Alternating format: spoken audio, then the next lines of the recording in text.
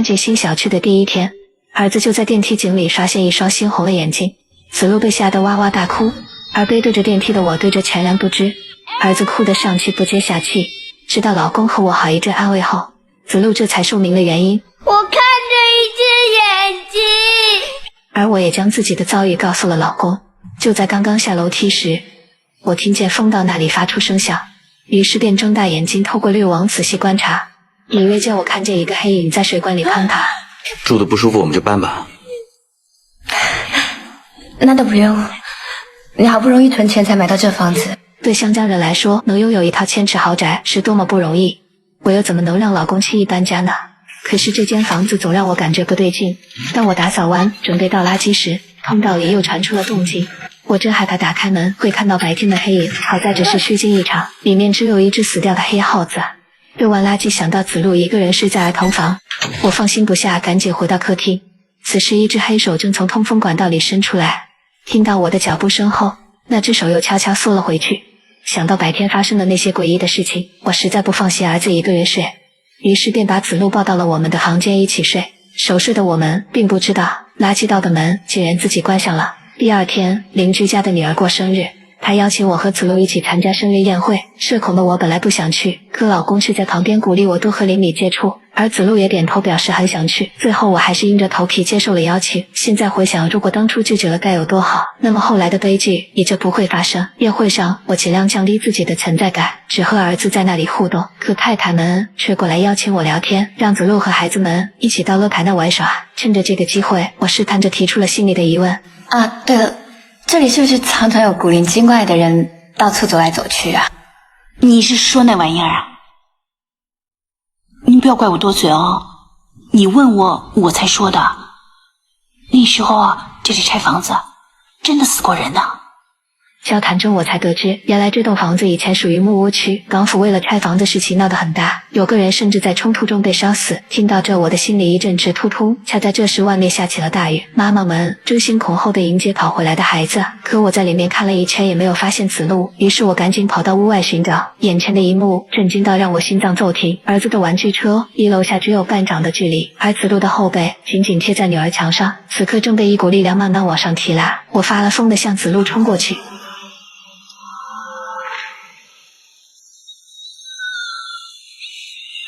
儿子就这样在我眼前消失，此刻我的精神已经处在崩溃边缘，唯一的念头就是到楼下找儿子。我来不及等电梯，推开楼梯门就开始往下跑。由于情绪太过激动，一不小心就从楼梯上摔了下来，顾不及处理伤口，我光着脚踉踉跄跄地跑到楼下。这里没有子路，只有摔落一地的玩具，紧绷的弦在此刻彻底崩裂。我一屁股坐在地上，像失去幼崽的母狮，发出痛苦的哀嚎。警察搜遍了整个小区，也不见子路的踪影。丈夫得到消息后匆匆赶来，我像孩子一样扑进他的怀里，释放着心里所有的委屈。警官强行将我们分开，带着老公到一边分析案情。首先，我和老公没有和任何人结怨，那么直接排除了仇杀。其次，这栋房子是我们贷款买下的，每个月还要辛苦还月供，这样也排除了绑架勒索。接着，警官让我老公看了从楼上掉下来的玩具。我儿子呢？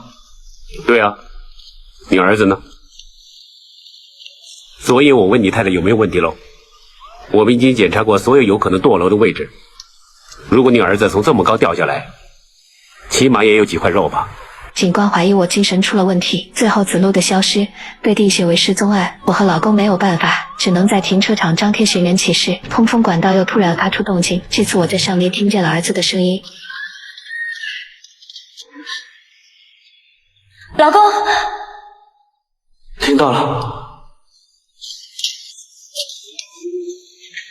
老公的回答让我知道这不是幻觉。我们沿着管道发出的声音一路寻找，中途我被栏杆绊倒，差点出了车祸。老公想要过来，我挥手叫他赶紧去找儿子。他先我一步来到一处卷帘门前，儿子的声音正从里面传来。老公用力掀开卷帘门，钻了进去。在里面他果然发现了被捆起来的子路。与此同时，我也透过外面的百叶窗看到了儿子，那种失而复得的喜悦无以言表。老公在里面扯下栅网，瘦小的我也不知道哪里来的力气，3两下就把百叶窗也拽了下来。另一边，老公已经搬来了垃圾桶，不出意外，他马上就能救出子路。这些天的噩梦终于要结束了。然而我们都没有发现，一双黑手已经来到了老公脚边。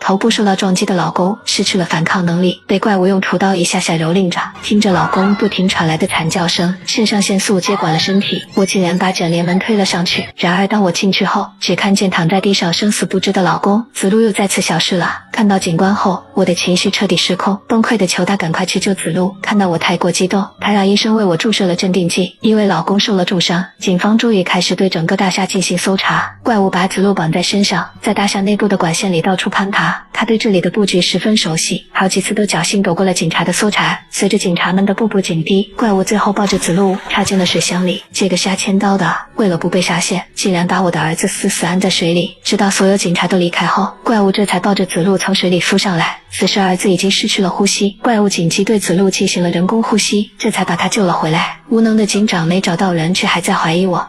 我的手下已经找遍了，没发现。收对了。你老实说，不是人的人抓了你儿子，他为什么要抓他？他这套被害者有罪论简直让我无语。现在老公正躺在重症监护室，儿子还不知道在哪里受苦，现在能依靠的只有我自己。我知道那个怪物一定还藏在通风管道里，这一次我一定要找到你。虽然管道里的环境逼仄闷热，气味也难闻得令人作呕，但是想到子路还在受难，眼前的困难就算不上什么。然而我并没有发现那个怪物正在后面偷偷跟着我，这一刻我已经成为了他的猎物。看到他举起了武器，被堵住嘴巴的子路发出了呜咽声。听到声音的我正要转身寻找，却没想到不如往年90些分钟，我明明就差一步就能救出子路，可终究还是功亏一篑。怪物带着子路离开了，而我也因为撞击失去了意识。醒来时我已经躺在了保安室。大厦的业主们对我集体发难，他们担心我再这么找下去很可能会影响整个小区的房价，他们都劝我冷静再等一等。真可笑，又不是你们丢了孩子。门外突然传来了犬吠声，那是我刚买来看家的烈性犬。狗在有些时候比人更可靠，我才不管冷血的邻居如何抱怨，解开绳子就准备回家。可是狗子却不受控制的一直往前冲，我也只能跟在他后面往家里跑。后来我才知道，子路趁着怪物离开时偷偷逃走，他刚打开楼梯间的小门，就被冲上楼的狗子扑倒在地。看见子路被狗子吓得哇哇大哭，追上来的怪物扑上去就和狗子拼命，被吓坏的子路连哭声都发不出来。这次以后，子路竟对怪物产生了依赖感，而等我赶到时，只看见狗子的尸体，他没有白白牺牲。在他的嘴里，我发现了怪物的断指。警方通过指纹对比，很快锁定了怪物的身份，他叫严红，和丈夫儿子住在木屋区，也就是这个小区的前身。严红的儿子和子路长得非常像，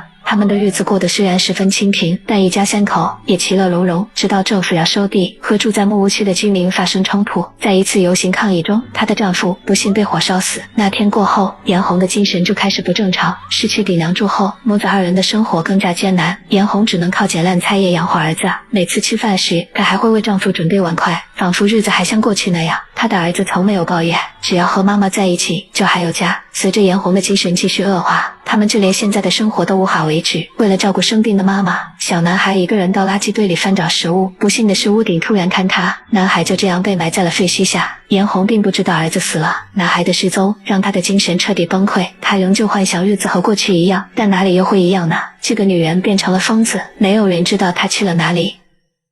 我知道她是个好妈妈，但是她抓的那个是我的儿子。我起身准备去找严红，可警官却又阻止了我，他不允许我私自采取行动，让我等待警方的继续调查。我受够了这套推诿的说辞，心里早已对他们彻底失望。做心理医生的邻居告诉我，如果子路继续跟严红待在一起，即使后面他被营救出来，儿子的精神也会变得不正常。大怪物养育出来的一定是小怪物，情况万分危急。我打印出严红的照片，在上面写着你的儿子在我家等妈妈，然后把他们全部扔进通风管道。他果然中计，放下子路朝我家爬来。我本以为自己做足了万全的准备，却没想到根本不是严红的对手。当他掐住我的脖子，嘶喊着让我还他儿子时，我能感受到他手上的力量，那是一种绝望又疯狂的力量，窒息的感觉让我眼前发黑。就在这时，子路突然出现。奇怪的是，子路没有扑进我怀里，反而走到严红身边询问他去了哪里。严红抱着子路痛哭，仿佛他们才是一对母子。这个女人真正夺走了我的儿子。我像头愤怒的母狮撕扯着他，拼了命的想要抢回子路。严红用力撞开我，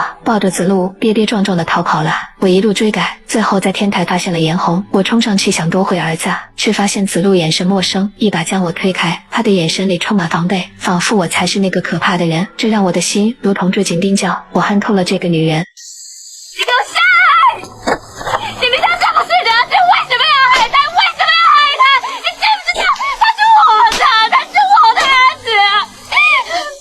我越来越激动，拿起栏杆上的铁条就想戳下去。子路突然哇哇大哭，儿子的哭声让我恢复了清醒。嫣红从我的手中拿走铁锹，我知道他不是怕死，只是不想让子路见到血腥的一幕。嫣红越过栏杆，似乎看到丈叔和儿子在向他招手，他毫不犹豫地纵身一跃，结束了这悲惨的一生。我把子路紧紧抱在怀里，感受着他小小的身体在颤抖。雨水打在我们身上，可此刻我却觉得无比安心，发誓再也不会让他离开我的视线。